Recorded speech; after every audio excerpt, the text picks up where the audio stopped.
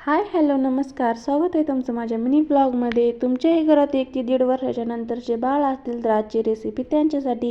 येथे 2 चमचे मोठे चमचे मी बेसन पीठ घेतलेले, त्याच्यामध्ये गाजर आणि ककडी किसून टाकलेली आहे. तर 2 लसणाच्या पाकळ्या वाटून टाकले, थोडीशी कोथिंबीर, 1 छोटा कांदा बारीक चिरलेला, 1 छोटा टमॅटो चिरलेला.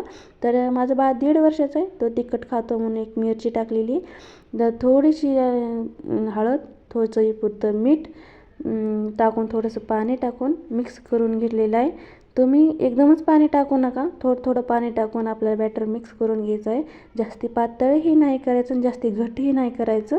तर अशा प्रकारे आपल्याला आपलं बॅटर तयार करायचं आहे. इथे 1 चमचा मी ओवा टाकलेला आहे हाताने मॅश करून. तर आमच्याकडे तर ओवा म्हणतात, तुम्ही काय म्हणता कमेंटमध्ये नक्की सांगा. तर आपल्याला बॅटर अजून एकदा मिक्स करून घ्यायचं आहे. तव्याला मी तेल लावलेलं आहे, तुम्ही बघू शकता. तर इथे आपल्या हव्या त्या आकाराचे आपण पॅनकेक बनवू शकतो आपल्या बाळाच्या खाण्याप्रमाणे. तर इथे मी छोट्या छोट्या आकाराचे पॅनकेक बनवून घेतलेलं आहे. तर 5 मिनिटाला झाकून ठेवायचं आहे. नंतर दुसऱ्या साईडनेही आपल्याला छान प्रकारे भाजून घ्यायचं आहे. तुम्ही बघू शकता की छान प्रकारे भाजलं आहे, एक करपलं पण चालतं आहे. तर माझ्या बाळाला तर खूप आवडलं. तुम्हालाही आवडलं तर नक्की ट्राय करा आणि व्हिडिओला लाईक करा आणि चॅनलला सबस्क्राईब करा. बाय.